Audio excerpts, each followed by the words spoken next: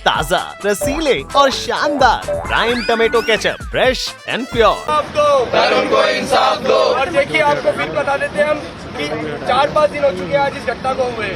जितना समुदाय है वहाँ पे बैठ के पुलिस प्रशासन के साथ कोऑपरेट कर रहा है, अपने हाथ में लॉ एंड ऑर्डर नहीं ले रहा, क्योंकि हमें विश्वास है।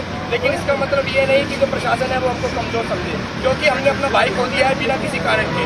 अगर किसी भी तरीके की डील हुई, अगर प्रशासन ने अच्छी चार्जशीट नहीं बनाई, अच्छा मुकदमा दर्ज नहीं किया, तो आपको भी पता है कि हमारे देश की जुडिशरी का क्या हाल है। आपको भी पता है कि देश में कितने बड़े बड़े क्राइम करने के बाद व्यक्ति जो है वो फ्री हो जाता है। कल को अगर 10, 15, 20 साल के बाद वो व्यक्ति फिर 35, 30, 35 जो लोग हैं वो आपको सड़क पे घूमते हुए नजर आएंगे, तो इस भाई पे, इस परिवार पर क्या बीतेगी? आप सोचिए इस बात को। हम तो यही चाहते हैं कि पुलिस भी एक ऐसा एग्जाम्पल सेट कर दे और दिखा दे कि दिल्ली पुलिस किसी से कमजोर नहीं है।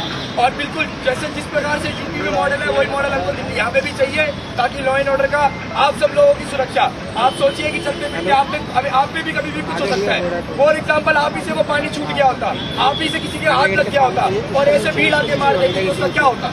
तो आपको ये देखना पड़ेगा। तो सरकार से वो ये एनकाउंटर की मांग है, जो भी जिन्होंने भी मारा उनका एनकाउंटर हो।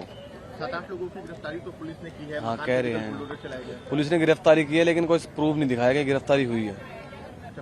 कोई सबूत नहीं दे रही। प्रोटेस्ट करना है एनकाउंटर के लिए, जल्दी से जल्दी कार्रवाई हो उनकी, ताकि किसी और के साथ ये ना बीते जो हमारे साथ हुआ। देखिए, सरकार से जो दिल्ली सरकार के हाथ में जो पावर है वो एनकाउंटर कराने की पुलिस प्रशासन तो है नहीं। दिल्ली सरकार के पास जो पावर है, पहली बात तो हम भाई के लिए चाहते हैं दिल्ली सरकार कुछ मुआवजा, एक सरकारी नौकरी कुछ भाई के लिए दे, क्योंकि घर का वो 2 ही भाई थे, एक भाई चला गया है।